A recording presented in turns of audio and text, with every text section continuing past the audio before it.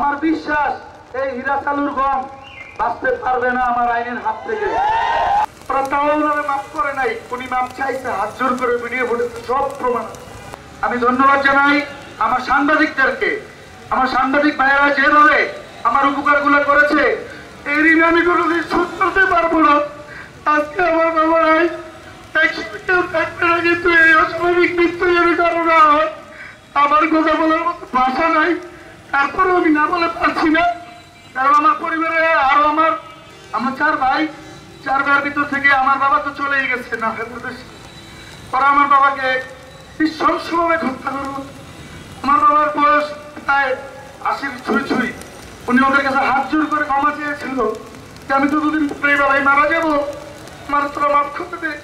আপনারা ওই video footage গুলো দেখতে পারবেন, ওরা তাও ওনারা মাফ করে নাই, উনি মাপ চাইছে, হাত জোর করে ভিডিও ফুটেজ, সব প্রমাণ। আমার বিশ্বাস এই হীরা চালুর গম বাঁচতে পারবে না আমার আইনের হাত থেকে, প্রশাসনের হাত থেকে বাঁচতে পারবে না, আমার সাংবাদিক ভাইদের হাত থেকে ওরা বাঁচতে পারবে না। আপনাদের কাছে এখন আরেকটা আবেদন, যেহেতু ওই হীরা চালুর ভিতরে সবচেয়ে মেইন চালু, ও এমন কোন অপকর্ম বাদ নাই যে ও করে নাই। এই সর্বত্র ওদের অপকর্মের লিস্ট এবং তথ্য আমাদের সাংবাদিক ভাইদের এবং আমার ফতুল্লা থানায়, নারায়ণগঞ্জ থানায় ওদের কাছে আছে।